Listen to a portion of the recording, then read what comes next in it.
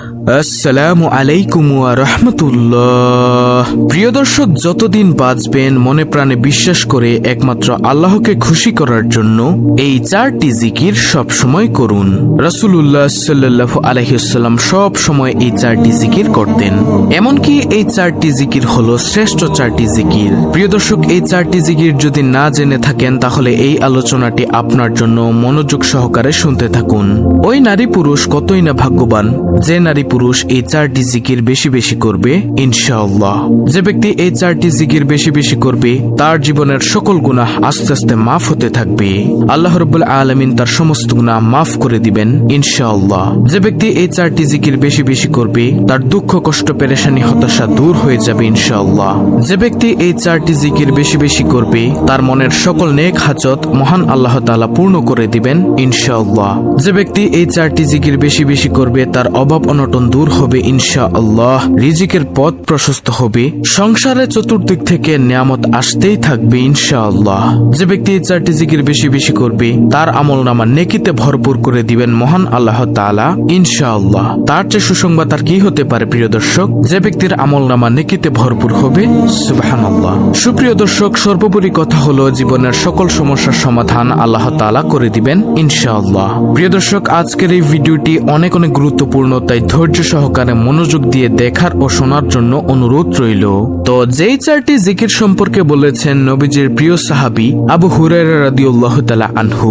নবীজির প্রিয় সাহাবী বলেন, সর্বপ্রথম নম্বর জিকিরটি হলো সুবহানাল্লাহ সুবহানাল্লাহ। প্রিয় দর্শক, আপনি কি জানেন যে সুবহানাল্লাহ জিকিরের কত দাম, কত গুরুত্ব, কত দামি এই জিকির? আল্লাহ রাব্বুল আলামিন বলেন, আমার কোনো বান্দা বান্দি যদি একবার সুবহানাল্লাহ এর আওয়াজ দেয়, আমি আল্লাহ আসমান ও জমিনের মধ্যবর্তী যত ফাঁকা জায়গা রয়েছে সকল ফাঁকা জায়গাগুলোকে নেক দ্বারা পরিপূর্ণ করে দেই।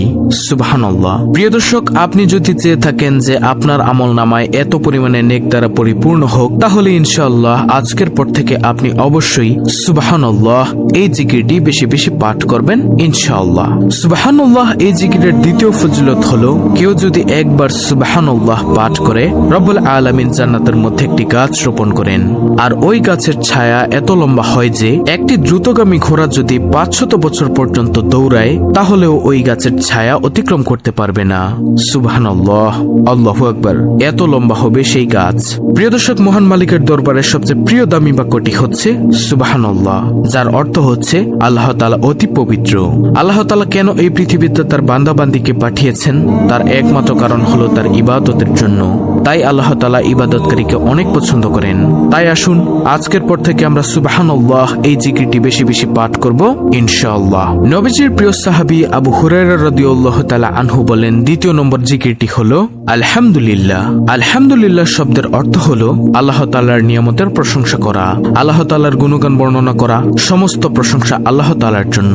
মহান মালিক রব্বুল আলামিন পবিত্র কুরআনুল কারীমে বলেন, হে নবী, আপনি আপনার সকল উম্মতদেরকে জানিয়ে দিন, বলে দিন, যেই উম্মত অর্থাৎ যেই বান্দা আমি আল্লাহর নিয়ামত পেয়ে নিয়ামতের শুকরিয়া আদায় করলো না, আমি তার নিয়ামতকে ছিনিয়ে নিয়ে যাই।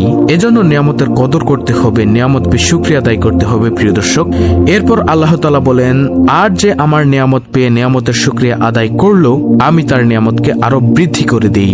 সুবহানাল্লাহ সুবহানাল্লাহ। দেখুন, এই পৃথিবীতে শুধু মানুষ ব্যতীত যত প্রাণীকুল মাখলুকাত আল্লাহ রাব্বুল আলামিন সৃষ্টি করেছেন, সকল কিছুই আমাদের উপকারের জন্য, আমাদের কল্যাণের জন্য, ভালোর জন্য আল্লাহ রাব্বুল আলামিন সৃষ্টি করেছেন।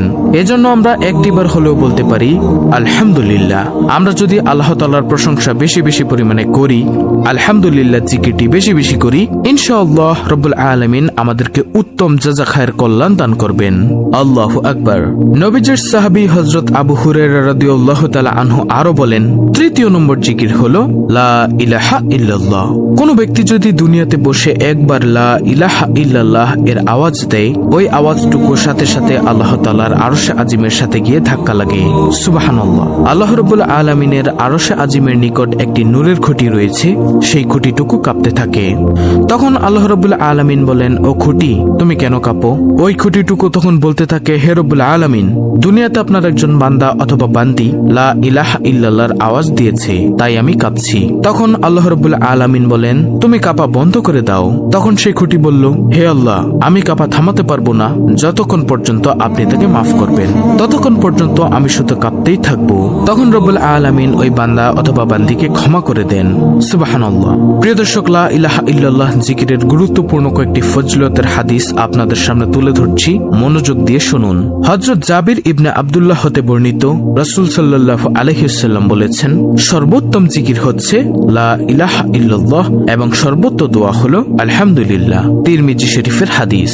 তারপরে হযরত মুয়াজ রাদিয়াল্লাহু তাআলা আনহু থেকে বর্ণিত, রাসূলুল্লাহ সাল্লাল্লাহু আলাইহি ওয়াসাল্লাম বলেছেন, যে ব্যক্তি খালেস অন্তরে একনিষ্ঠতার সঙ্গে লা ইলাহা ইল্লাল্লাহ বলবে, সে জান্নাতে প্রবেশ করবে।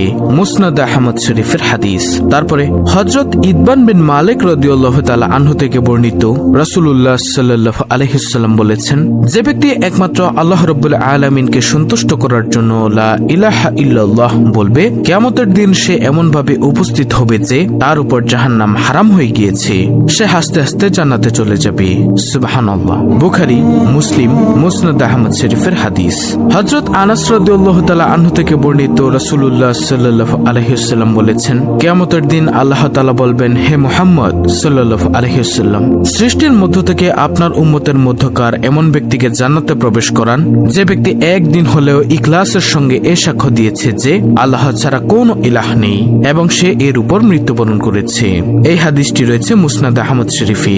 অর্থাৎ যে ব্যক্তি সব সময় লা ইলাহা ইল্লাল্লাহ জিকির করবে, আল্লাহ তাআলা তাকে ঈমানের সঙ্গে মৃত্যু নসিব করবেন। সুবহানাল্লাহ, আল্লাহু আকবার। তাই প্রিয় দর্শক, আমরা বেশি বেশি পরিমাণে লা ইলাহা ইল্লাল্লাহ এই জিকির করব ইনশাআল্লাহ। নবীজির প্রিয় সাহাবী আবু হুরায়রা রাদিয়াল্লাহু তাআলা আনহু বলেন, সর্বশেষ নম্বর জিকির হলো আল্লাহু আকবার। আল্লাহু আকবার শব্দের অর্থ হলো আল্লাহ মহান, আল্লাহ সর্বশক্তিমান, আল্লাহই সবচেয়ে বড়, তার চেয়ে বড় তো আর কারও নেই। প্রিয় দর্শক, যে ব্যক্তি আল্লাহ তাআলাকে সবচেয়ে বড় মানে বড় হিসেবে আখ্যায়িত করে, রব্বুল আলামিন তাকে দুনিয়ার বাদশাহী দান করবেন ইনশাআল্লাহ। ইনশাআল্লাহ আমরা এই জিকিরগুলো করব মানুষকে দেখানোর জন্য নয়, আল্লাহ তাআলাকে সন্তুষ্ট করার জন্য।